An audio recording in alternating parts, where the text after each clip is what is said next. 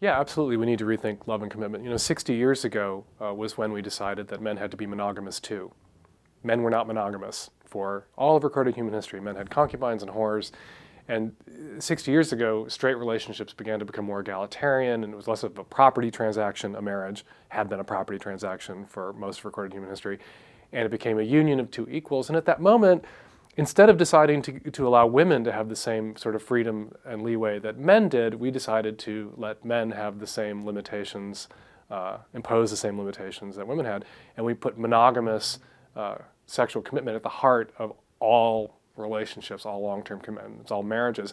And we have watched, we should now be able to recognize the consequences of that, which are a lot of short-term relationships, a lot of divorce, because monogamy is ridiculous, and people aren't any good at it. They're not wired for it. We didn't evolve to be. It's not natural, and it places a tremendous strain on our marriages and our long-term commitments to expect them to be effortlessly monogamous. Because what we've said is, if you're in love, you won't want to have sex with anybody else.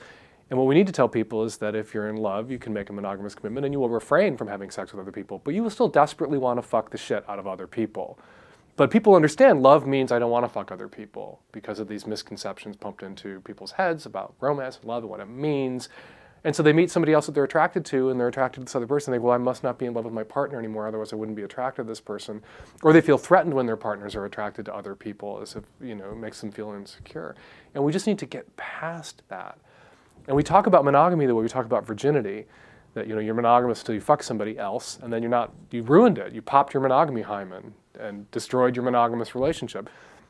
We need to talk about monogamy the way we talk about sobriety, which you can be monogamous and fall off the wagon and then sober back up. You can monogamous back up and get back on the wagon.